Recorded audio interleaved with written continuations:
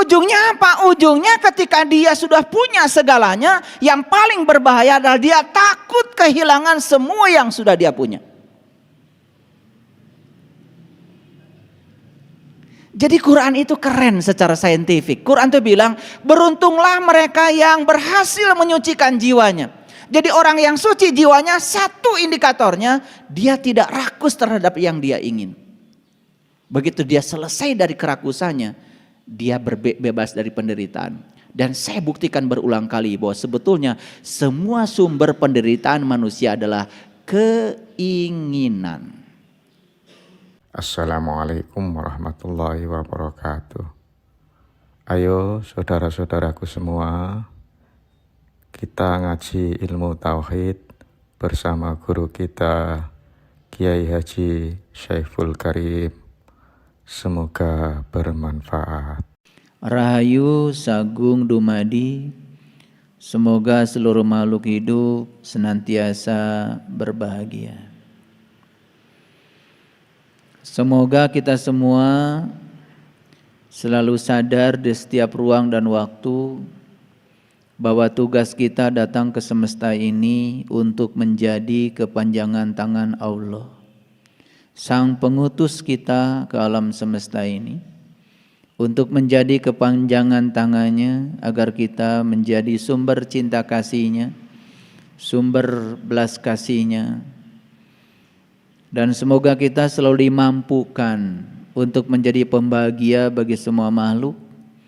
Dan semoga kita pun dimampukan untuk bisa mencegah agar diri kita tidak berkontribusi untuk membuat para makhluk menjadi menderita. Itulah tujuan kita datang ke semesta ini. Karena Allah menyatakan, wal awalu wal akhiru wal dhahiru wal batin. Aku yang awal, aku yang akhir. Kalau Allah mengatakan aku yang awal, aku yang akhir, pahamilah bahwa sesungguhnya beliau sedang mengatakan bahwa beliau tidak berawal, tidak berakhir. Itu sebabnya ya, umat Islam ketika tawaf itu membuat geometri lingkaran. Karena membuat lingkaran itu berarti berawal dari suatu titik dan berakhir di titik yang sama. Kalau kita berhasil membuat lingkaran yang sempurna dengan mempertahankan jari-jari, bahkan titik awal dan titik akhir setelah bertemu tidak ada lagi. Itulah yang disebut dengan tidak berawal, tidak berakhir. Dan Allah menyatakan aku juga yang nyata, aku juga yang tidak nyata. Jadi yang nyata dia, yang tidak nyata juga dia. Lalu diikatlah pernyataan itu dengan kalimat La ilaha illallah. Jadi la ilaha illallah sering diterjemahkan tiada Tuhan selain Allah. Apakah itu betul? Betul. Tetapi ada yang lebih tajam lagi, energinya lebih dahsyat lagi. La ilaha illallah, arti yang sebenarnya adalah yang mana yang bukan Allah. Karena yang nyata dia, yang tidak nyata juga dia. Yang mana yang bukan dia? Karena semuanya adalah dia. Karena ketika kalimat la ilaha illallah dibawa ke dalam kehidupan, itu akan menjadi juru selamat kehidupan kita. Saat kita memberi, kalau kita tidak sadar dengan kalimat itu, maka kita merasa seakan-akan kita telah berjasa melakukan sebuah pemberian. Lalu kalau kita memberi, berarti ada yang diberi. Dan kita sering merengek-rengek agar yang diberi memberikan rasa hormat yang dalam kepada kita, karena kita merasa kalau kita sudah memberi. Padahal sesungguhnya yang memberi adalah dia, yang diberi juga adalah dia. Tidak ada bahkan pemberian itu. Saya sering mengajarkan bahwa sesungguhnya setiap pemberian yang kita lakukan pada siapapun, tidak ada pemberian buat orang lain. Karena semua pemberian akan kembali kepada diri kita sendiri. Oleh karena itu saya mengajarkan bagaimana cara kita berterima kasih terutama pada orang-orang yang bersedia untuk menerima pemberian kita. Kalau tidak ada mereka, tidak ada pemberian. Kalau tidak ada mereka, tidak ada kebaikan. Jadi kalau ada orang antri pada saat kita membagikan sembako, jangan suruh mereka yang antri berterima kasih kepada kita yang memberi. Berterima kasihlah kita kepada mereka, karena kita tidak akan bisa berbuat kebaikan sebanyak apapun harta kita kalau tidak ada mereka yang bisa menerima kebaikan kita. Karena selama ini semuanya serba terbalik. Karena keterbalikan pola pikir kita sendiri. Karena memang kita diajarkan untuk berpikir terbalik semacam itu oleh lingkungan di mana kita tinggal. Karena kita hidup di dunia di mana orang-orang yang berkesadaran semakin hari semakin sirna. Dan orang-orang yang tidak berkesadaran jumlahnya semakin banyak. Oleh karena itu suhu bumi terus meningkat. Karena suhu emosi setiap orang pun tidak terkendali. Jiwa-jiwa yang kotor, pikiran-pikiran yang tercela, sedemikian merajalela berkembang di semesta ini. Oleh karena itu para sahabatku yang dirahmati Allah, izinkan hari ini saya berbicara sesuatu yang mungkin akan mengagetkan, mungkin akan mengejutkan. Karena saya akan menggunakan standar-standar yang berbeda. Tetapi seperti biasa saya akan menggunakan pendekatan saintifik, saya akan menggunakan pendekatan ilmiah supaya semuanya bisa dibuktikan baik secara dalil, secara nalar, juga disertai dengan bukti-bukti yang nyata yang sesungguhnya kita sendiri sudah mengalaminya. Oleh karena itu pada hari ini saya akan berbicara lebih fokus lagi dengan tema cara mencapai kesucian. Dan beruntung sekali para sahabat yang hadir di tempat ini, semoga bukan sekedar mengoleksi pengetahuan tentang cara mencapai kesucian, tetapi kita semua juga menjadi para pelaku yang bisa berhasil menyucikan diri kita. Kalau saya berpikir cara, berarti saya berpikir tentang metode. Kalau saya berpikir metode, berarti berpikir tentang bagaimana. Kalau berpikir tentang bagaimana, berarti saya akan berbicara tentang tata urutan untuk mencapainya. Itu yang pertama. Kalau saya mengatakan kata kerja mencapai, berarti harus ada yang dicapai. Harus ada sebuah pencapaian. Apa yang mau kita capai? Yaitu kesucian. Kesucian itu sudah menjadi kata benda dari kata dasar suci. Jadi kalau kesucian itu sudah jadi kata benda dari kata dasar suci. Nah, kata dasar suci ini sudah dikenali dalam hidup kita. Karena setiap hari kalian bersuci. Suka bersuci? Apa yang dilakukan? Apa yang dilakukan? Ya, pokoknya menggunakan air seperti yang sering digunakan untuk berwudu, gitu. Jadi berwudu itu apa? Nah, jadi wudu itu bahasa Arab. Arti yang sebenarnya bukan bersuci. Wudu itu artinya adalah berpisah. Makanya wudu dulu baru sholat. Siapa yang sukses berpisah dengan yang selain Allah, maka dia akan bisa menyatu dengan Allah. Jadi kita sering gagal menyatu dengan dia karena kita belum sukses berpisah dengan yang selain dia. Akibatnya apa? Akibatnya sholat sebatas ritual saja. Hanya bangga kalau kita sudah sholat. Dan bangga karena kita sudah menggugurkan kewajiban kita. Dan setelah itu kita tidak pernah melakukan refleksi diri apa yang dicapai setelah kita sholat. Padahal di Quran jelas sekali, aqimis sholah, inna sholat tanha anil fahsa wal munkar. Dirikanlah sholat, sholat adalah instrumen. Salat adalah sarana, salat adalah metode, salat adalah cara untuk mencegah seseorang dari perbuatan keji dan munkar. Loh, menjadi lucu ya, ada yang rajin salat tapi rajin juga melakukan tindakan-tindakan yang keji. Bahkan tidak berperasaan menyakiti orang lain. Bahkan tidak berperasaan ketika orang lain kesusahan. Dia merasa bangga dengan sholatnya, padahal sesungguhnya inti sari sholat adalah akhlak. Akhlak dilihat dari kemampuan seseorang memperlakukan orang lain. Nah, itu yang akan menjadi kajian kita hari ini. Semoga kita mengerti dengan yang dikaji pada kesempatan yang penuh berkah.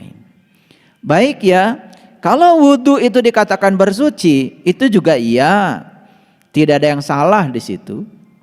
Tetapi kalau wudhu sebatas fisik, sebatas physical body, tidak menyentuh ya aspek-aspek body yang lain, nah itu yang menyebabkan kita tidak pernah sadar bahwa sesungguhnya kesucian yang dimaksud oleh kita mungkin hanya sebatas angan-angan pikiran kita sendiri. Baik, saya akan menggunakan sebuah riset yang dilakukan oleh seorang psikolog yang sangat luar biasa, namanya Dr. Dietrich ya Klinghardt. Beliau itu membuat 5 level body ya, yang kemudian digunakan sebagai 5 level untuk mencapai kesehatan atau penyembuhan. Jadi yang pertama adalah physical body. Jadi tubuh fisik ya, tubuh fisik berarti tubuh luar yang kelihatan secara material. Yang kedua adalah energy body ya. Jadi tubuh energi. Yang ketiga adalah mental body. Jadi tubuh mental. Yang keempat adalah intuitive body, tubuh intuisi, dan yang kelima adalah spirit body. Jadi tubuh spirit.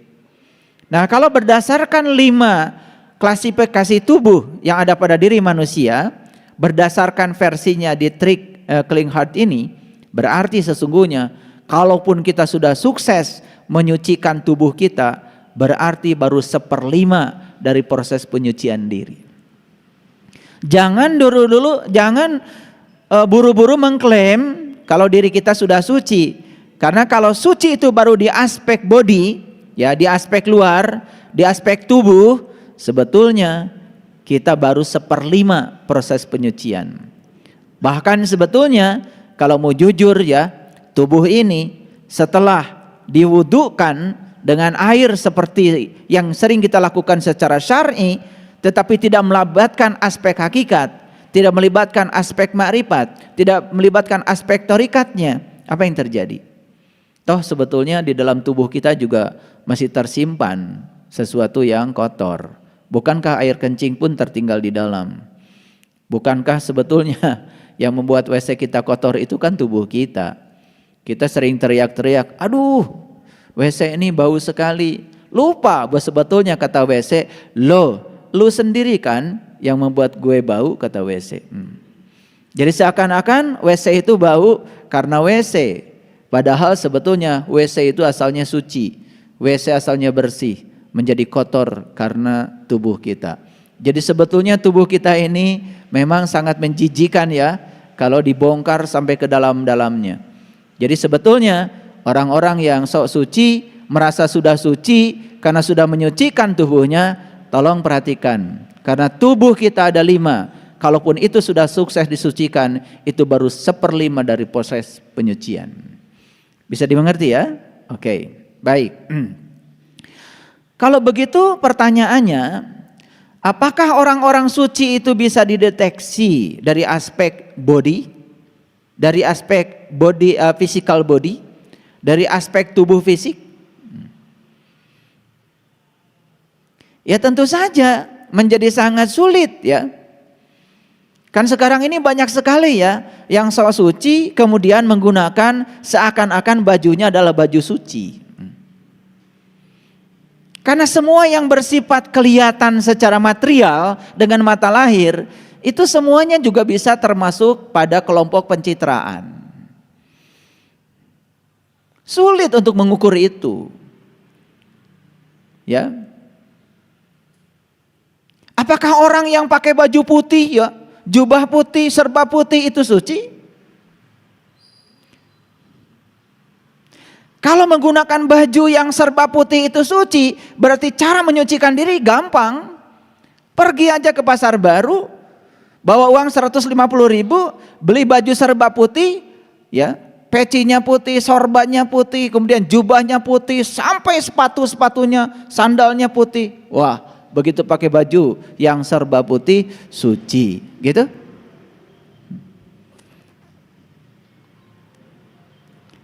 Jadi tidak bisa kesucian seseorang itu diukur dari aspek fisik saja.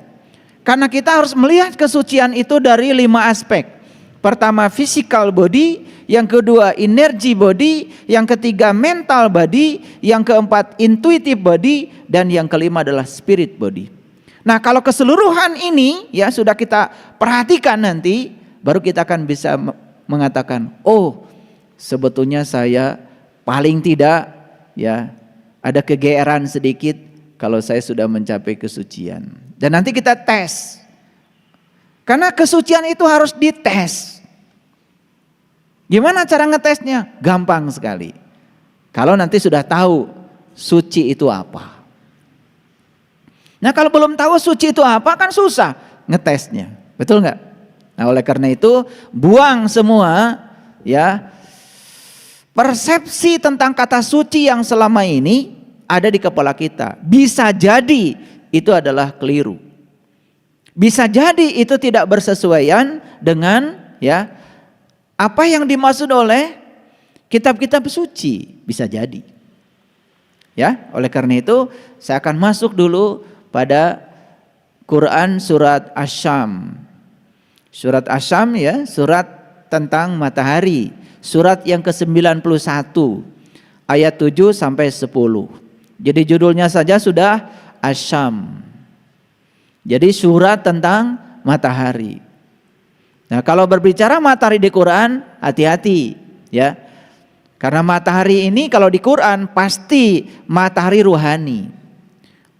Kalau di Quran ada kata-kata matahari, pasti matahari ruhani, bukan matahari jasmani, bukan matahari fisik.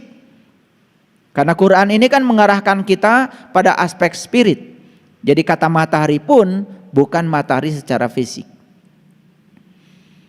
Oleh karena itu jangan heran kalau para leluhur kita ya bisa mencapai ya ketinggian spiritual, mencapai puncak kesadaran disimbolkan dengan mencapai matahari.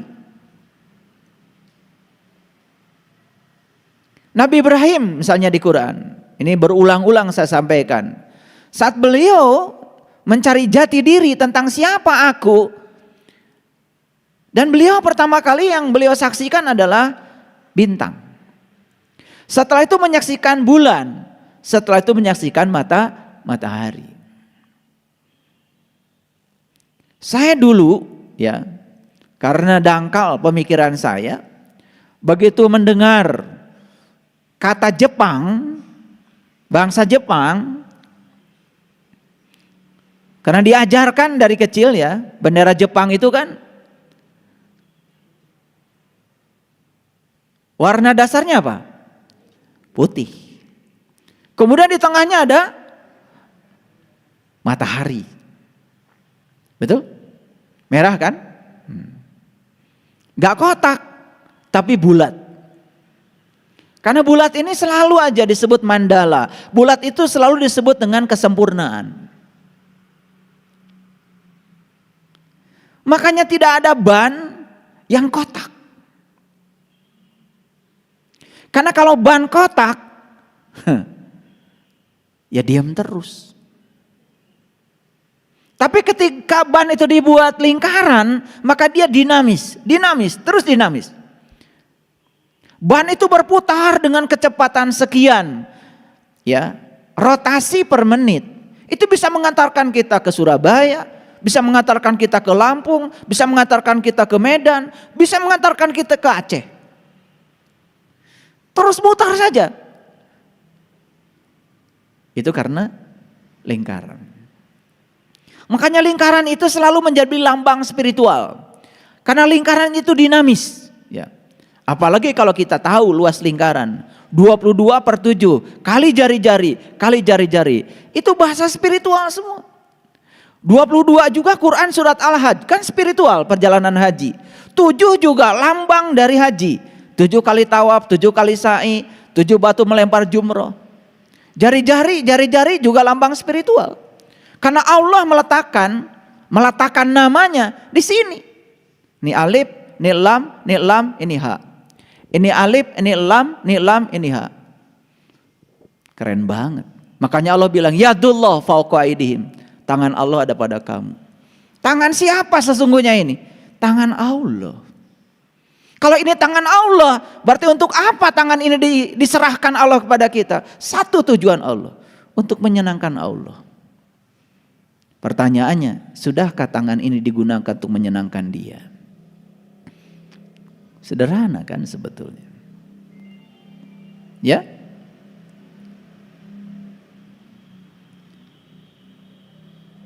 Wah, orang Jepang itu menyembah matahari. Saya dari dulu gak yakin kalau sekelas mereka yang cerdas, yang tinggi kesadarannya, yang negaranya bersih, yang hidupnya sudah tertib, yang cara makanannya aja udah sehat, masa sebodoh itu menyembah matahari. Ternyata kuil yang ada di Jepang namanya kuil Nara. Saya celidiki itu, dari mana itu kok nama kuilnya Nara? Ternyata Nara itu asli, itu bahasa Nusantara sebetulnya. Karena Jepang pernah menjajah kita. Na itu kan sebetulnya api.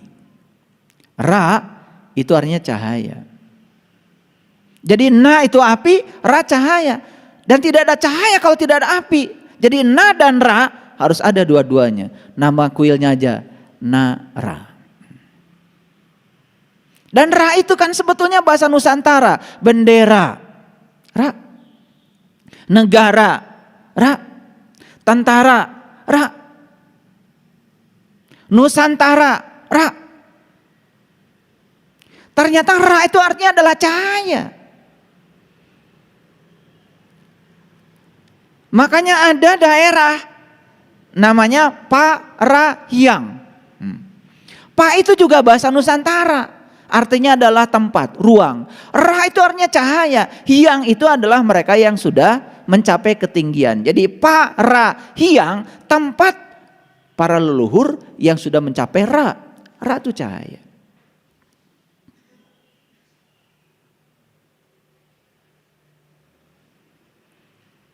Makanya Sunda, kebanyakan orang menganggap Sunda itu seakan-akan adalah nama suku.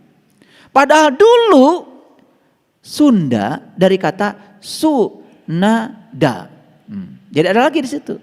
Ada su itu artinya abadi, na tadi apa? Api, da itu besar. Jadi Sunada itu adalah api abadi yang besar. Jadi sebetulnya leluhur kita sendiri itu disebut bangsa matahari. Tetapi bukan bangsa yang menyembah matahari itu. Bangsa yang sudah mencapai pencerahan. Bangsa yang sudah tahu hakikat dari matahari. Maka di Quran dikatakan Robul Masyriqain Warubul Maghribain. Kan matahari ada dua. Satu matahari yang jasmani, satu matahari yang rohani. Beruntung yang sudah menemukan dua-duanya.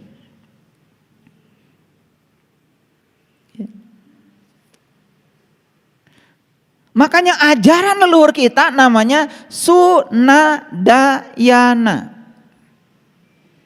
Jadi yana itu jalan sebetulnya. Asli bahasa Nusantara. Sunadayana itu jalan untuk mencapai api abadi yang besar. Sebagai sumber awal dari kehidupan. Itu yang kemudian di Quran disebut cahaya di atas cahaya. Itu yang disebut dengan nur ala nur. Dan itu ajaran semua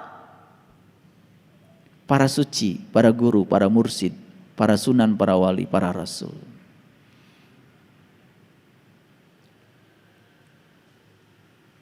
Sunadayana, Sunadayana. Dibacanya agak cepat. Sundayana, Sundayana, Sundayana.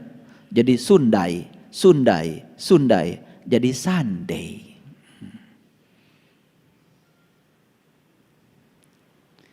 Makanya sun itu jadi matahari. Day itu hari. Sunday hari matahari. Kapan hari matahari? Ahad. Makanya di sana ada jabal, namanya Jabal Ahad. Kita sering menyebutnya Jabal Uhud. Jabal itu gunung, Ahad itu menyatu. Jabal Uhud, gunung tempat menyatu.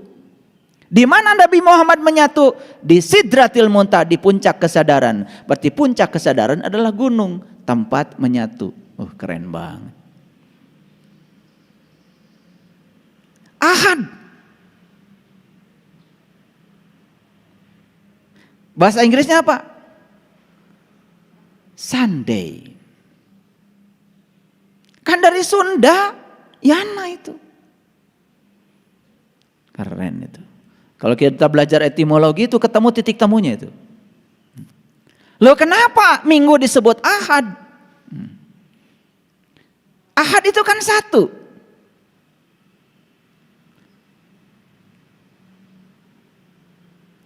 Jadi ketika kita menyaksikan matahari ruhani pada diri kita, di situ terjadi ahad. Ahad, ahad, ahad. Jadi tauhid. Kita tahunya tauhid, ilmu mengesahkan Tuhan. Padahal tauhid yang diajarkan pada leluhur kita, ilmu tentang mengesah dengan Tuhan. Mengesah dengan Tuhan, ahad.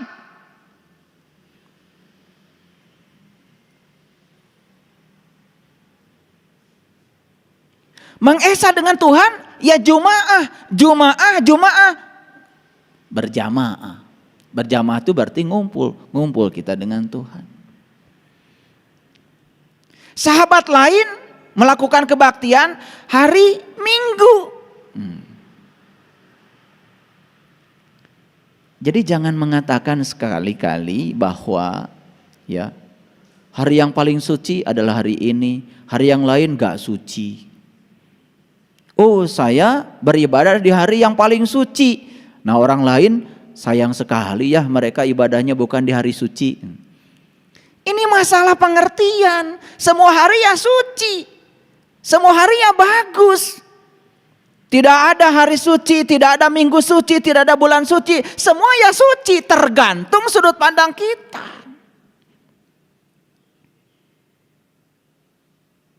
Paham?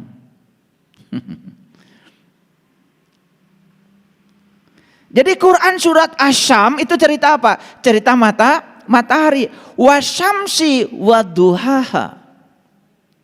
Demi matahari. Loh, demi matahari? Matahari yang mana? Karena di Quran banyak sekali demi yang semacam itu. Demi matahari, demi bulan, demi bintang. Banyak sekali. Saya kasih tahu ya. Semuanya cuma satu kok. Demi Allah yang berada di baliknya. Gitu. Makanya kalau kita sudah bisa memahami Allah yang nyata, Allah yang tidak nyata, semua di balik yang nyata ada Dia sang keberadaan yang mengendalikan semuanya. Disitulah muncul yang namanya kesadaran. Paham ya? Oke.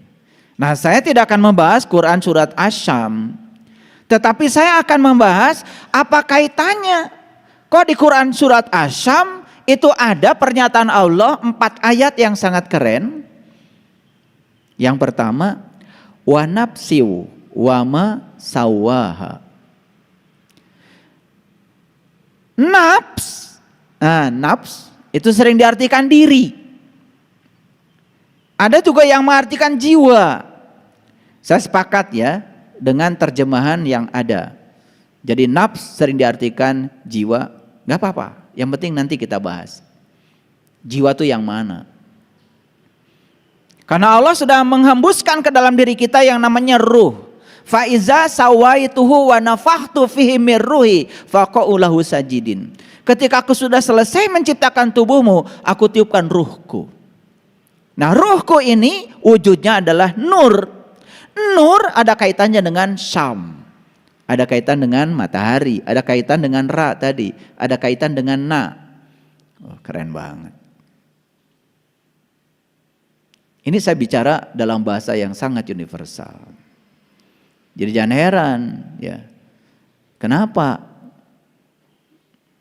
negara-negara yang paling islami malah justru negara yang mayoritas penduduknya tidak menganut agama Islam. Itu adalah hasil riset dari Profesor Askari. Beliau melakukan riset di 207 negara selama 15 tahun menyelidiki negara yang paling islami. Dan Indonesia masuk kategori nomor 140 dari 207 negara. Bagus. Bagus toh 140. Ya lebih bagus daripada 141.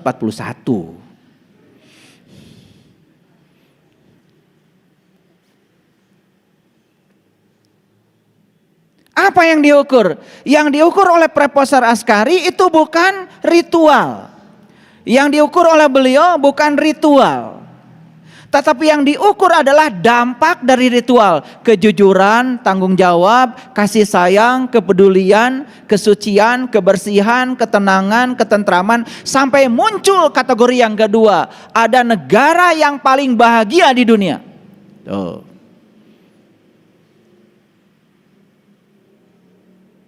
Dan negara yang paling bahagia di dunia, kita sama sekali tidak masuk nominasinya.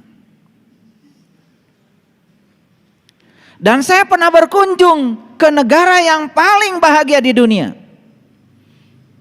Jadi saya sudah berkunjung ke Norwegia, negara paling bahagia di dunia. Saya ingin tahu, apa sih sebetulnya kebahagiaan itu? Kok negara itu disebut dengan negara yang paling bahagia di dunia? Gross national happiness-nya paling tinggi. Ini bukan berbicara GNP, bukan gross national product, tapi gross national happiness. Oh, udah luar biasa. Jadi sekarang riset-riset itu sudah maju. Makanya ranking universitas sekarang tidak bisa ya ditentukan oleh kehendak universitasnya. Dilihat dari karya yang bisa diupload di dunia maya, dari jurnal-jurnal terindeks yang diupload oleh para penulisnya, dan itu ada badan-badan khusus dunia yang meranking itu, sehingga ranking universitas sekarang semakin terbuka. Ranking negara pun sekarang menjadi sangat terbuka. Jadi bisa dibaca, semuanya bisa dibaca. Itu luar biasa. Baik, kita lanjut ya. Jadi di ayat ini dikatakan wa nafsi wa ma sawaha. Apa artinya? Demi diri serta penyempurnaannya. Demi diri serta penyempurnaannya. Nah, diri mengacu kepada jiwa. Jiwa adalah bagian dari ruh.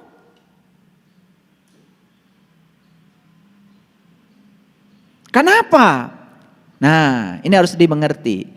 Setiap ditiupkan jiwa ke dalam tubuh selalu disertai oleh Allah dan Rasulnya secara hakikat. Itu kan cinta kasih semesta yang luar biasa.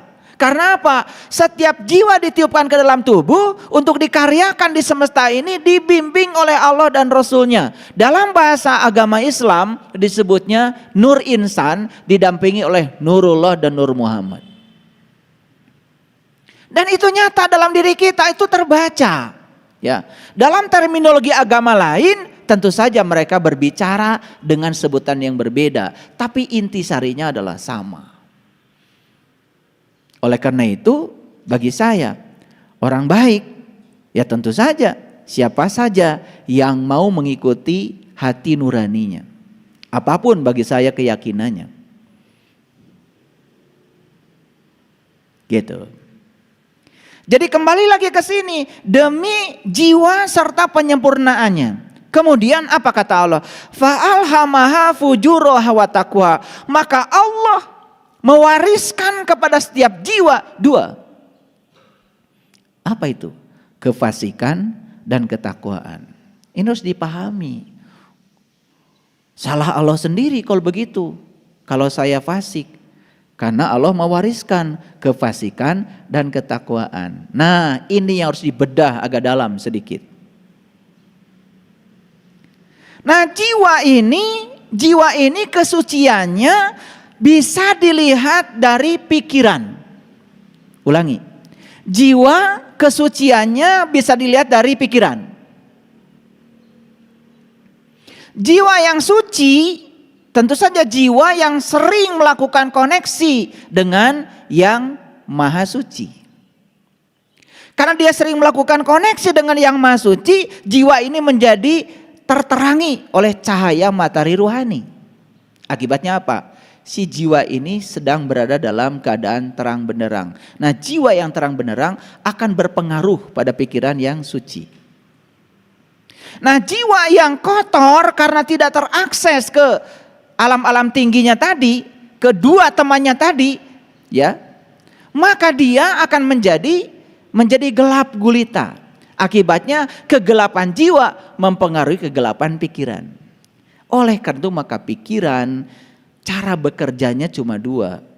Kalau nggak benar, ya salah.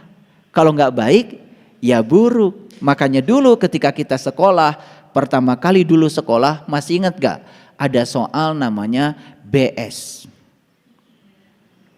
Masih ingat gak? Nah sekarang udah gak ada lagi tuh. Jadi BS itu biasanya BS ada pernyataan sebelah kanannya. Kita disuruh menilai pernyataan ini benar atau salah. Apapun pelajarannya, matematika, fisika, kimia, biologi, sejarah, semuanya BS. Misalnya pernyataannya, Negara Republik Indonesia dimerdekakan pada bulan Agustus tanggal 17 tahun 1954. Nah, B atau S? Nah, S kan kalian pintar dulu, langsung dikasih bulat kan S-nya. Masih ingat kan? Nah, kenapa dulu ada soal BS? Itulah cara berpikir manusia. Jadi manusia itu pola pikirnya baru akan memberikan kepuasan kalau ada pembanding. Itu cara berpikir saja sebetulnya. Nah, tetapi kita menjadi terikat di situ oleh cara berpikir. Padahal benar salah itu adalah cara berpikir. Mekanisme pikiran memahami sesuatu harus ada pembanding. Itu pikiran. Nah, jangan lupa bahwa pikiran bukan diri sejati kita. Karena diri sejati kita adalah jiwa tadi. Tetapi pikiran bukan diri sejati kita. Tapi pikiran menjadi indikator tentang bagaimana jiwa itu, kualitas jiwa itu. Ini harus dipahami. Jadi kalau begitu, apakah Allah yang mewariskan kefasikan dan ketakwaan atau kita sendiri sebetulnya punya mekanisme untuk memahami sesuatu? Harus ada dua. Ada kefasikan, ada ketakwaan. Kalau begitu pertanyaannya, kefasikan dan ketakwaan salah apa benar? Kefasikan dan ketakwaan itu adalah sisi-sisi kebenaran. Karena tidak ada ketakwaan kalau tidak ada kefasikan. Tidak ada kefasikan kalau tidak ada ketakwaan. Tidak ada orang kaya kalau tidak ada orang miskin. Tidak ada orang miskin kalau tidak ada orang kaya. Paham? Tidak ada benar kalau tidak ada salah. Tidak ada baik kalau tidak ada buruk. Jadi bukan Allah mewariskan kefasikan. Tetapi cara kita bekerja untuk memahami sesuatu harus menggunakan pembanding. Jadi jangan kemudian buru-buru, wah Kak Allah kan sudah mewariskan saya kefasikan. Gak apa-apa saya fasik, karena apa? Kan Allah yang mewariskan.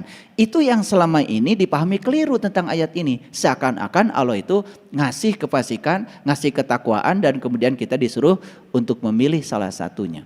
Padahal kita disuruh untuk melampaui kedua-duanya. Ini nanti akan masuk pada kesucian. Ini cara saya mengajar pelan-pelan supaya dapat dimengerti. Baik, kita lanjutkan. Qad aflaha man zakaha. Sungguh beruntung orang yang sudah menyucikan jiwanya. Wa qad khaba man dasaha, dan sungguh rugi orang yang mengotori jiwanya. Mari sekarang kita buktikan. Apa untungnya kalau kita suci jiwanya, dan apa ruginya kalau kita kotor jiwanya. Paham? Oke. Tadi indikator suci dan kotornya jiwa dapat dibaca dari pikiran. Masih ingat ya? Oke. Sekarang kita masuk pada indikator yang gampang, yaitu pikiran. Baik, saya masuk dulu ke sini. Apa indikator kesucian jiwa? Indikator kesucian jiwa adalah pikiran. Nah, 3 ciri kesucian. Ini harus dicatat. Yang pertama, terbebas dari ketamakan atau keserakahan terhadap yang diinginkan. Itu indikator pertama. Tidak ada orang yang tamak atau serakah pada yang tidak diinginkan. Selalu saja tamak dan serakah itu terhadap segala sesuatu yang diinginkan. Paham? 1. Yang kedua, terbebas dari kebencian terhadap yang tidak diinginkan. Itu indikator yang kedua.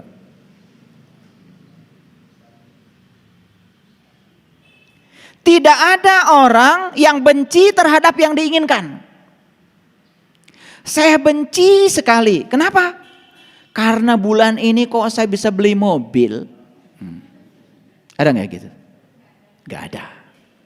Saya benci sekali anak saya waktu kemarin tes ke perguruan tinggi diterima di banyak universitas. Ada nggak? Nggak ada. Jadi kalau saya berbicara rakus, tamak pasti terhadap sesuatu yang diinginkan. Kalau saya berbicara benci, pasti terhadap sesuatu yang tidak diinginkan. Dan yang ketiga, terbebas dari kegelapan batin. Nah, pertanyaannya sekarang, yuk kita ukur sekarang. Apakah jiwa kita suci? Tanya pada pikiran. Apakah pikiran saya rakus terhadap yang diinginkan?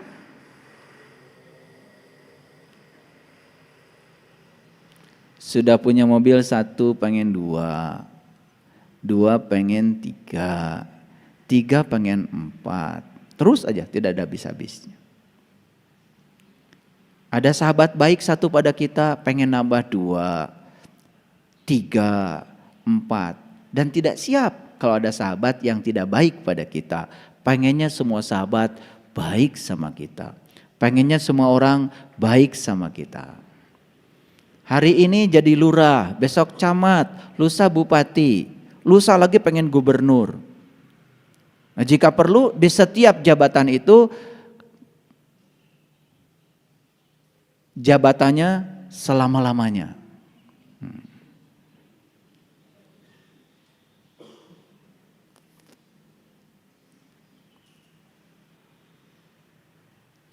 Jadi kalau menggunakan indikator ini, pertanyaannya sekarang bagi kita, apakah kita hari ini orang suci?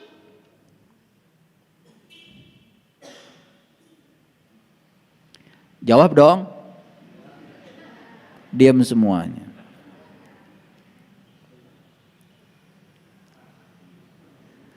Jadi orang suci itu dilihat dari 3 aspek. Yang pertama, pikirannya sudah tidak lagi rakus dan tamak terhadap segala hal yang diinginkan. Yang kedua, pikirannya sudah selesai dari kebencian terhadap segala hal yang tidak diinginkan. Dan yang ketiga, batinnya sudah tidak berada dalam kegelapan. Karena apa? Saya bilang tadi, batin yang gelap akan berpengaruh pada pikiran. Jadi kalau menurut 3 indikasi ini, pertanyaannya sekarang, apakah saya orang suci atau tidak? Rek iraha. Jadi sekarang saya balik lagi ke ayat ini. Kita buktikan sekarang, apakah betul bahwa orang yang suci itu jiwanya beruntung? Apakah betul bahwa orang yang kotor jiwanya itu rugi? Sekarang kita buktikan. Kita sudah punya mobil 1.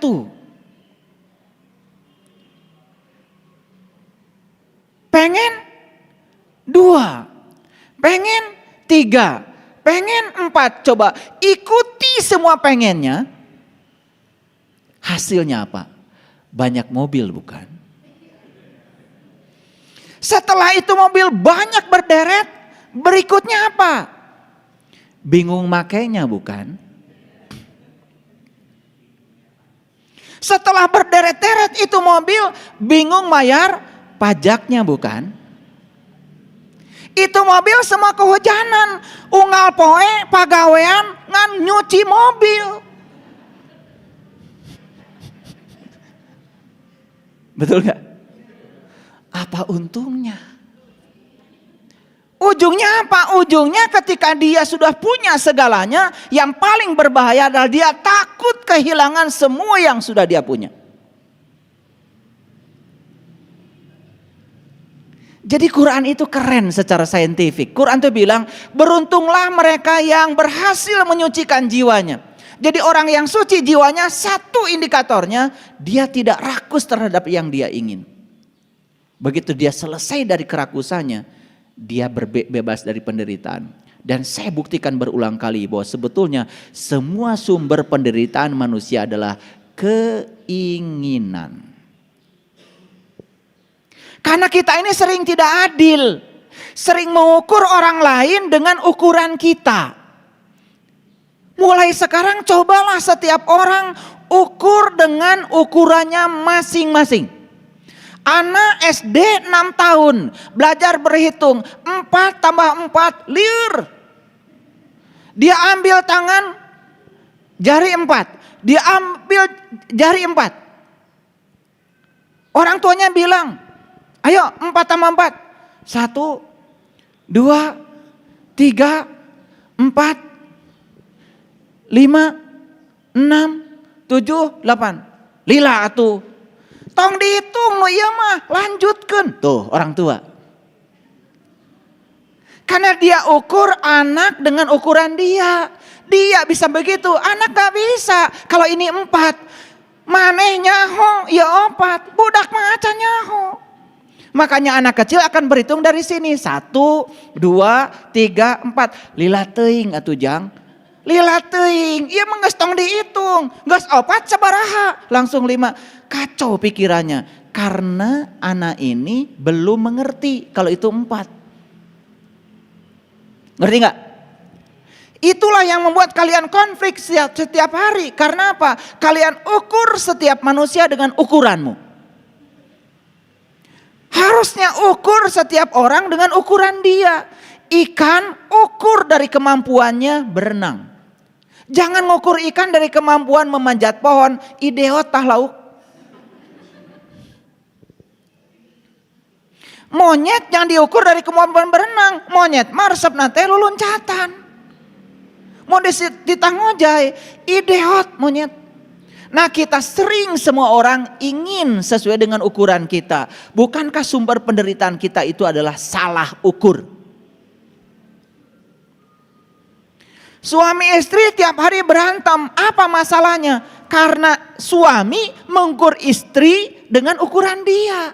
Tidak diukur istri dengan ukuran istri. Istri ngukur suami dengan ukuran dia. Tidak diukur suami dengan ukuran suami. Apa yang terjadi? Ingin semua orang diukur dengan ukuran saya. Sarua we. Ngukur jalan pakai stopwatch. Bawa stopwatch. Nuju naon ibu? Nuju ngukur panjang jalan. Pakai stopwatch. Salah ukur ibu, nepi ka kiamat ge moal penak panjang jalan sabaraha, da ngukur panjang mah kudu ku meteran. Begitu salah ukur, hasil ukur tidak valid.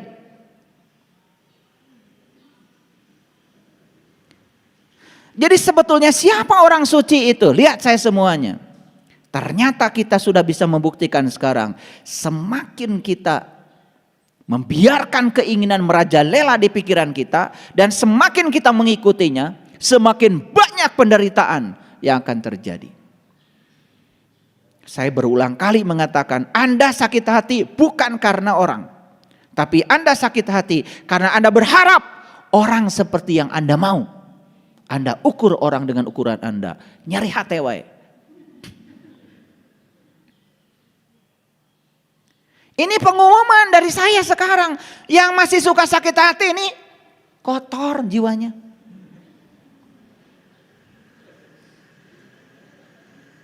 Ini supaya gampang ukurnya. Karena selama ini kalian menganggap kalian tuh suci karena apa?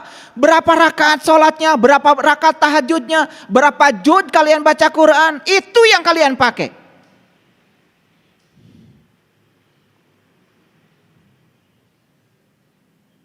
Jadi kesucian seseorang jelas tidak bisa dilihat dari berapa banyak ritual yang dilakukan. Karena ritual itu ujung-ujungnya akhlak. Kalau ritual tidak membangun akhlak, buat apa? Kan saya bilang tadi, sholat itu adalah instrumen. Sholat itu sarana, bukan tujuan. Tujuan utamanya adalah membentuk akhlak supaya dia terbebas dari perbuatan keji dan munkar. Jadi orang-orang yang sok suci karena sudah sholat, tapi dia belum pernah mengukur dirinya, tingkat kesuciannya. Ini saya kasih tahu instrumennya. Mulai sekarang ukur kesucianmu dengan 3 instrumen ini. Jadi yang pertama, ukur kesucianmu dari terbebasnya dirimu. Dari apa? Dari ketamakan, dari kerakusan terhadap segala hal yang kamu inginkan. Jadi kalau orang jadi RT hayang seumur hidup kotor jiwanya, mung diganti.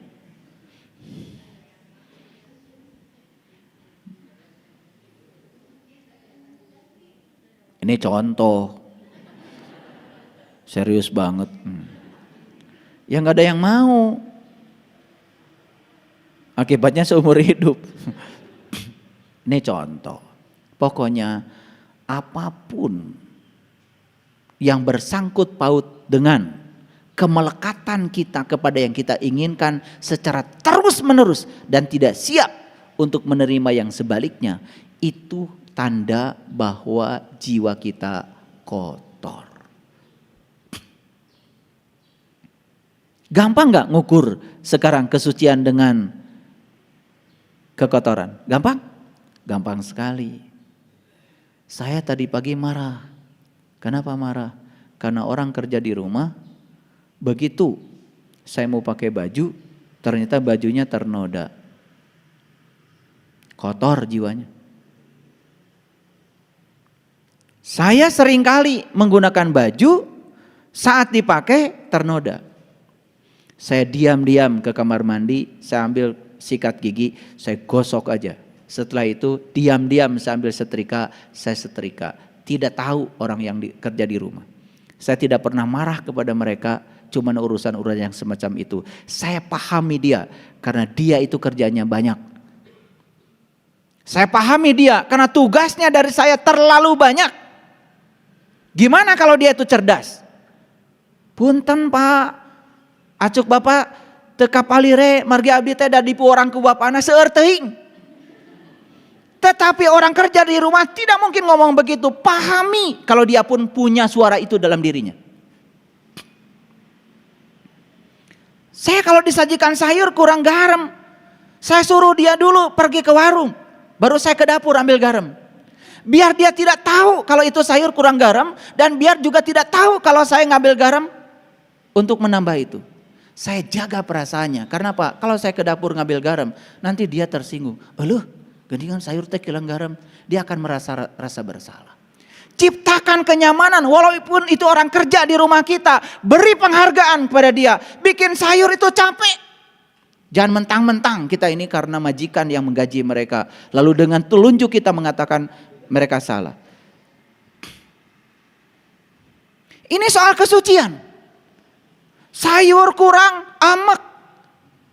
Baju nggak rapi, marah, kotor jiwamu. Saya tidak akan lihat berapa rakaat sholatmu. Saya tidak akan lihat berapa rakaat tahajudmu. Saya juga tidak penting tanya berapa juz kau membaca Quran setiap hari. Agak kencang nih hari ini, saya nggak tahu. Pokoknya saya hari ini pengennya ngegas aja. Ini kayaknya banyak yang kotor hari ini. Kalau saya pengen ngegas terus itu pasti itu ada masalah di sini. Nggak mungkin saya ngomong begini tiba-tiba. Ya, kalau semuanya sudah suci nggak mungkin saya ngomong ini. Jadi cara untuk melihat seseorang suci atau tidak suci, lihat saat dia berhadapan dengan kontradiksi. Lihat secara spontan saat dia marah. Saya kasih tahu sama kalian, tidak ada marah yang spontan, marah akumulasi. Marah adalah penjumlahan dirimu, penjumlahan sifatmu. Aduh tadi abdi ngamak, datu karawas spontan, tuh cari pembenaran. Gak ada marah spontan. Itulah pribadimu yang sebenarnya. Jadi ketika kita membangun kesabaran terus menerus, sekali saja kita marah, sudah habis semua kesabaranmu. Itu yang disebut dengan kecelakaan spiritual.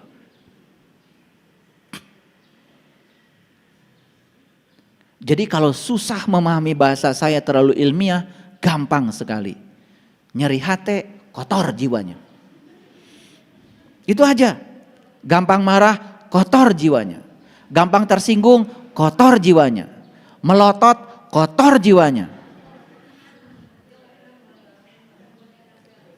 Jadi saya tadi bicara pakai bahasa ilmiah ya, pakai bahasa psikologi, ya itu referensinya aja. Tetapi cara mengukurnya gampang. Kalau kalian tanya sama saya, ayah, saya ini kotor atau bersih jiwanya?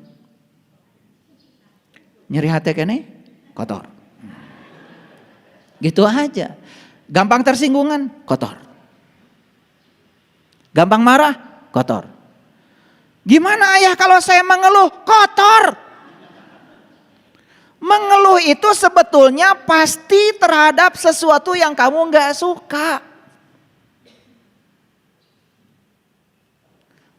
Ayah boleh curhat gak? Boleh.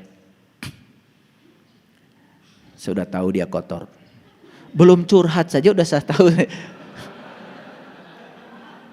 Ya saya biar tahu kan dia kotor, saya izinkan curhat. Apa curhatnya? Ternyata isi curhatnya adalah menceritakan ketidakpuasan dia pada pasangannya. Bukankah itu kotor? Jadi hari ini saya kasih hadiah kalian sebuah instrumen yang sangat keren untuk mengukur kesucianmu. Karena selama ini instrumen yang kita gunakan tidak tepat.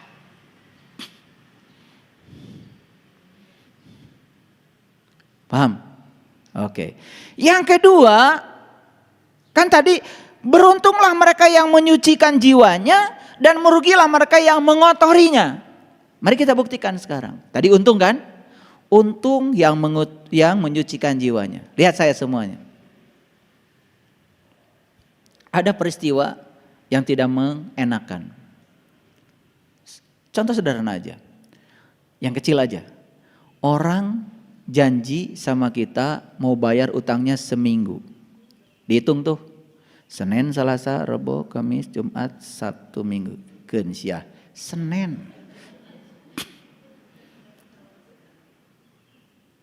Begitu Senin, subuh, sampai lupa berdoa. Subuh sampai lupa berterima kasih kalau hari itu dia masih bernafas. Subuh sampai lupa berterima kasih kalau dia bisa melihat. Subuh sampai lupa berterima kasih kalau dia sehat. Subuh sampai lupa berterima kasih kalau dia masih hidup. Karena dari kemarin bahkan seminggu yang lalu nu dipikiran teh Senin. Tibalah waktunya Senin, kemudian telepon. Begitu ditelepon, duh punten nyungkeun sarantos. Dacan aya anu tiasa dibayar. Marah. Nah, marah itu karena kita gagal memahami orang. Coba pahami. Saya yakin orang itu kalau sudah punya uang akan mengembalikan. Saya doakan semoga dia berkelimpahan rezeki, bisa bayar utang pada saya dan kemudian dia juga punya tabungan. Kenapa kita tidak ada sedikit pun keinginan untuk mendoakan dia agar dia berkelimpahan? Yang dituntut dari dia adalah bayar utang sebagaimana janji hari Senin. Kotor jiwamu. Kalau saya bicara begini, ternyata di dunia ini kotor KB.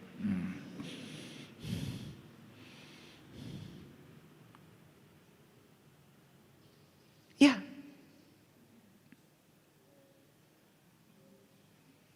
Banyak sekali yang berurusan dengan saya soal perkara yang begini. Ya sudah. Saya cuma bisa mendoakan semoga mereka itu diberi berkelimpahan rezeki sehingga bisa menyelesaikan seluruh urusannya. Atau yang paling gampang adalah sudah, itu berarti bukan rezeki saya. Gampang. Selesai. Daripada mikirin. Karena apa? Kemana pikiran diarahkan, ke situ energi mengalir. Kalau kita mengarahkan pikiran kita pada uang yang dipinjam, berarti uang kita ngansak itu-kituna. Arahkan pikiran pada rezeki yang akan datang lebih banyak lagi dari Allah. Anggap itu tabungan. Ini adalah teknik mengolah pola pikir. Jadi sebetulnya kesucian diri seseorang bisa dilihat dari cara dia berpikir, pola pikirnya. Kenapa? Semua ketidakbahagiaan dia berawal dari pola pikir yang salah, pola pikir yang tercela. Makanya siapapun yang sudah punya pola pikir yang cerdas, yang keren, bahagia setiap saat. Jadi ciri orang yang suci itu kan bahagia, beruntung. Ayo kita ulangi lagi. Karena ayat ini sering dibaca di banyak pelatihan, tetapi belum dibedah secara mendalam seperti ini. Qad aflaha man zakkaha. Beruntung mereka yang menyucikan jiwanya. Karena jiwa yang suci berpengaruh pada pola pikir yang cerdas, pola pikir yang benar. Dan orang yang pola pikirnya benar tidak akan pernah tidak bahagia setiap saat. Jadi bagaimana kalau saya hari ini belum bahagia? Kotor. Jadi indikator yang lebih keren lagi, cara mengukur kesucian jiwa. Kita selalu bahagia setiap saat, apapun yang terjadi. Sucilah jiwamu, beruntunglah hidupmu. Maka orang yang semacam itu wajahnya selalu bersinar, menyenangkan. Senyumnya penuh persahabatan. Orang yang kotor jiwanya, matanya saja penuh dengan curiga. Assalamualaikum, can dibuka pintu teh. Saha ieu teh. Allah buah-buah rek nyem duit. Jadi kecurigaan itu berawal dari mana? Itu dari kebencian. Kebencian berasal dari apa? Dari kotornya jiwa kita. Belum datang orang ke rumah kita, pintu belum dibuka, kita sudah curiga. Kalau dia mau pinjam uang, apa enggak kotor itu?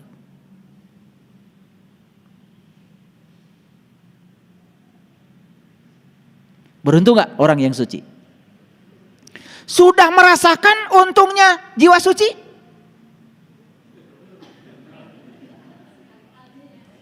Kalian tuh kalau ngomong enggak jelas. Ditanya sama saya, beruntung gak kalau jiwa suci? Beruntung. Tar dulu, ada pertanyaan lanjutannya. Sudahkah merasakan untungnya ketika jiwamu suci? Pernah? Berapa sering? Coba dihitung frekuensi dalam sehari. Berapa banyak sucinya, berapa banyak kotornya. Kalau dilihat dari wajahnya nih, saya ragu. Maaf ya, ini harus dibuka, harus terus terang ini. Karena kalau nggak terus terang nggak ngerti-ngerti. Dikiranya kalau kalian pakainya udah rapi kayak gini syar'i suci, no. Nih yang kayak gini nih, yang sebelah kiri ini, yang pakaiannya putih-putih semua emangnya suci? Ntar dulu. Jadi kalau di Quran itu bahasanya singkat. Qad aflaha man zakkaha. Suci apa? Berbahagialah orang yang suci jiwanya. Kan kalian harusnya nangkap, oh yang suci jiwanya itu bahagia. Tanya diri kita, saya bahagia enggak? Oh kalau saya enggak bahagia berarti saya kotor, gitu aja. Cuman kita sering tidak jujur dan jelimet. Mencari pembenaran untuk membenarkan diri.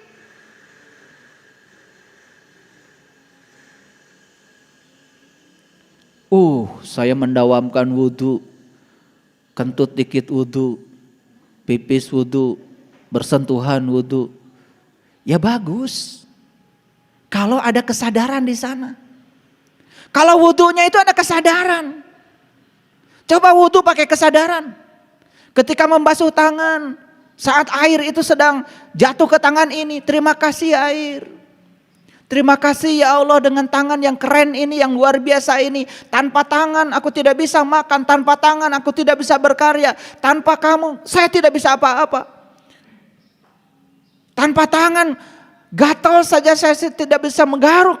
Tanpa tangan bagaimana saya bisa melumurkan sabun ke tubuh saya? Tanpa tangan bagaimana rambut saya bisa bersih? Karena sampo tidak bisa dilumurkan ke tangan saya. Pernah begitu? Kalau wudhu model kayak gitu, ada sugesti, ada afirmasi, menimbulkan kesadaran. Saya akan 5 kali kalian wudhu, keren. Kalau wudhu cepat. Ketika membasuh mulutmu, ya Allah, jangan satu kata pun keluar dari mulut ini yang membuat orang tersinggung dengan kata-kataku. Jangan pernah ada orang yang terluka. Jangan pernah ada orang yang berkurang kebahagiaannya karena kata-kataku. Cuci itu dengan afirmasi, cuci dengan sugesti, bukan sekedar air masuk. Bukan urusan pahala di akhirat. Ayeuna beresan. Ketika masukkan air ke hidung sampai terasa di sini, masuk ke sini. Secara medis itu bisa menimbulkan kesehatan yang luar biasa, bebas dari sinusitis. Tetapi saat masukkan air ke hidung, ya Allah, masukkanlah bau surga ke dalam hidungku. Itu doanya Rasulullah. Afirmasi, sugesti diri kita. Keren. Ketika membasuh kepala, bukan hanya air, set. Di Quran tidak ada basuh kepala, di Quran tidak ada mengusap kepala. Di Quran yang ada wamsahu biru'usikum. Sapu kepalamu. Sapu kepalamu. Itu perintah Quran. Apa yang kalian lakukan selama ini? Ngambil air, set. Surga. Tar dulu. Sapu kepalamu. Saya kasih tahu. Kalau sapu berarti pakai apa? Pakai sapu. Kalau nyapu cari yang bersih, cari yang kotor. Jawab dong. Cari yang bersih atau yang kotor? Nyapu itu selalu cari yang kotor. Karena yang kotor disingkirkan bersih. Alam semesta ini naturalnya bersih. Buang semua yang kotor, sisanya bersih. Kalau kalian nyapu cari yang bersih, udah salah. Makanya sapu kepalamu. Simboliknya ya disapu begini. Tetapi hakikatnya buang cara berpikirmu yang salah. Buang cara prasangkamu yang tidak bagus. Buang semuanya. Itu baru namanya nyapu kepala. Kalau wudhu yang kayak gini didawamkan terus, keren.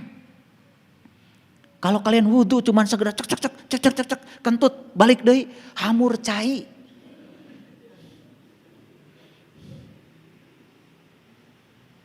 Ngerti maksud saya? Ini persoalan besar ini. Karena apa? Kita selama ini menggunakan ukuran yang salah untuk mengukur kesucian kita. Kesucian kita diukur dari ukuran-ukuran yang salah. Mari kita buktikan. Orang suci itu bahagia. Kalau kita belum bahagia hari ini, gak suci. Gitu aja kok. Dan kita urut. Kenapa saya tidak bahagia? Oh ternyata karena saya masih rakus dan tamak terhadap apa yang saya ingin. Tidak pernah selesai, tidak pernah puas. Itu sumber penderitaanmu. Itu yang membuat kamu mencapai ketidakbahagiaan. Lalu sekarang kita buktikan. Maka rugilah orang yang mengotori jiwanya. Ayo kita buktikan. Ketika kita kotor jiwanya. Jiwa yang kotor menghasilkan pikiran yang kotor. Pikiran yang tercela selalu menimbulkan penderitaan. Mari kita buktikan. Orang tadi datang. Padahal mau ngasih proyek. Assalamualaikum. Sebentar nih. Assalamualaikum. Kayak saya. Bukan dijawab Waalaikumsalam. Karena punya pengalaman kalau dia pernah pinjam uang. Dia lagi. Padahal hari ini dia mengasih proyek besar. Tapi karena sudah kotor jiwanya. Kotor pikirannya. Kemudian ngaharewos. Wartoskeun Bapak nuju kulem. Padahal eta si eta biar hudang kene. Lepas. Rugi enggak? Rugi. Padahal siapa tahu dia datang ke rumah kita mau ngajak kita makan enak. Tetapi karena sudah kotor jiwa kita. Bahkan ketika kita kotor pikirannya, kotor jiwanya, apa yang terjadi? Orang mau berbuat baik saja kepada kita disangka berbuat buruk. Apalagi berbuat buruk. Rugi gak? Terasa gak ruginya sekarang? Terasa gak ruginya? Jadi baca Quran tuh begitu. Bukan 1 hari 1 juz, kebanyakan. 2 ayat aja ini. Beruntung orang yang mencucikan jiwanya. Tanya dirimu, apa untungnya? Buktikan dalam dirimu, praktekkan. Apa sih jiwa yang suci itu apa? Oh, sekarang saya sudah dapat pengajian. Ternyata cara mengukur jiwa saya suci, apakah pikiran saya tercela atau tidak. Ketika pola pikir saya bagus, apapun menjadi membuat saya enak, itulah tandanya suci. Praktekkan dalam hidup. Oh, untung. Dan ketika jiwa saya kotor, oh, saya merasakan ruginya. Kan keren kalau ngaji kayak gitu. Bisa mengerti? Oke. Lanjut ke sini lagi. Jadi 3 cara mengukur kesucian jiwa. 1, terbebas dari ketamakan atau keserakahan terhadap yang diinginkan.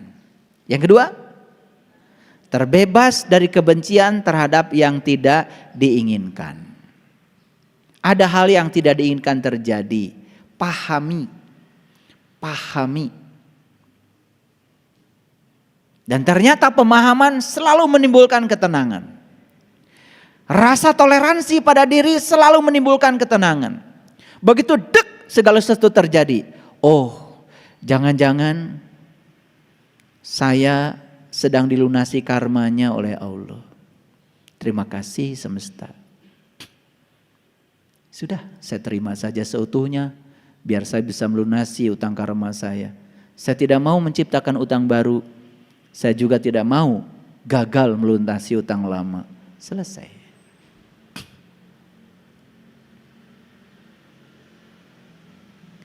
Karena saya jelaskan berulang kali, tidak ada sesuatu yang datang dalam kehidupan kita secara tiba-tiba kecuali kita sendiri yang mengundangnya. Segala hal yang terjadi dalam kehidupan kita hari ini sebetulnya sedang mengingatkan apa yang pernah kita tanam di masa lalu.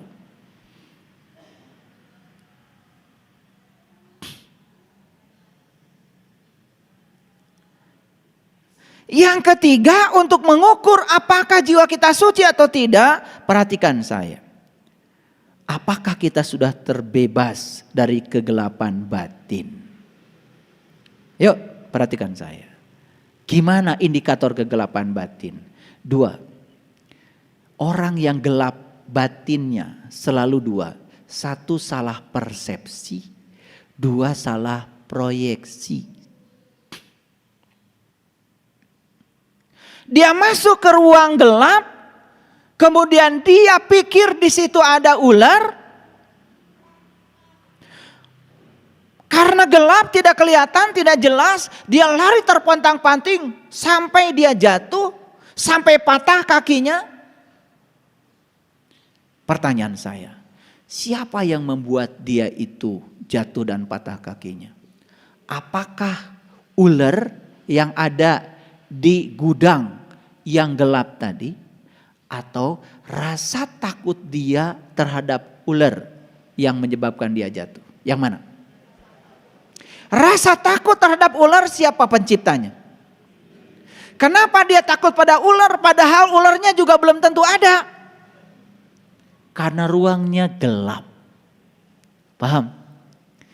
Sudah patah kakinya, dia datang lagi. Rek nenggel orai. Bawa panunggul yang besar. Jetrek, lampu dinyalakan. Dia baru sadar, oh ternyata tambang. Jadi semua orang yang dalam kehidupan ini gampang menilai, gampang menghukum, gampang berpersepsi, gampang berproyeksi. Padahal dia sendiri tidak belajar.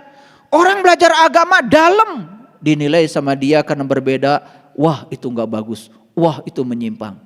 Itulah kegelapan batin.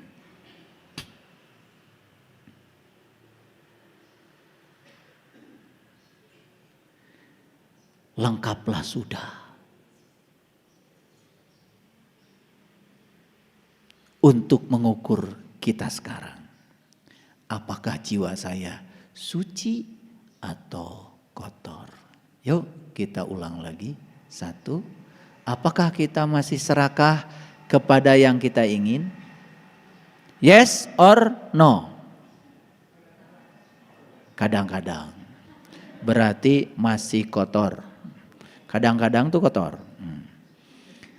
Apakah saat ini saya sudah terbebas terhadap kebencian pada yang tidak diinginkan? Apapun yang terjadi sudah tidak mengganggu saya. Yes or no? Kadang-kadang. Yang ketiga, apakah saya masih berpersepsi salah? Apakah saya masih melakukan proyeksi dan interpretasi yang salah terhadap segala peristiwa?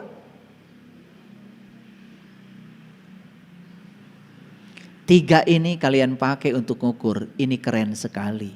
Di situ kita akan sadar, oh ternyata ritual yang saya lakukan selama ini ternyata tidak membangun apa-apa terhadap kesucian jiwa saya.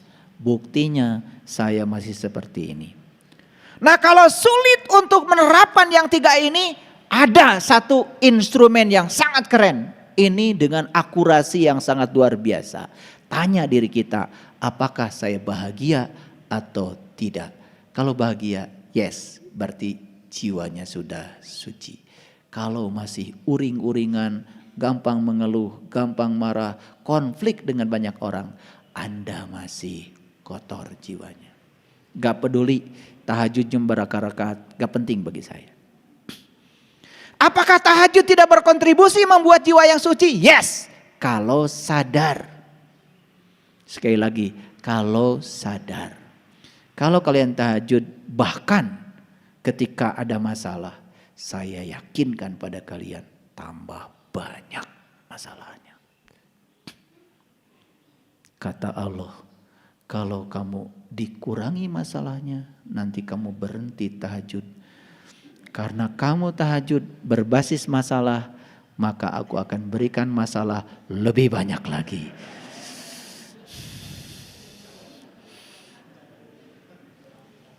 Ini yang kata Rasul, innamal amalu binniyat. Amal tergantung pada niat. Hati-hati. Saya sering mengajarkan kepada kalian semuanya, kalau kalian berbuat baik, tolong jangan memikirkan balasan dari kebaikanmu. Karena apa? Kalau kalian memikirkan balasan dari kebaikanmu, maka kau akan mendapatkan sesuatu sesuai yang kamu pikirkan saja. Lalu Allah yang maha tak terbatas dibatasi oleh batasan-batasan pikiranmu.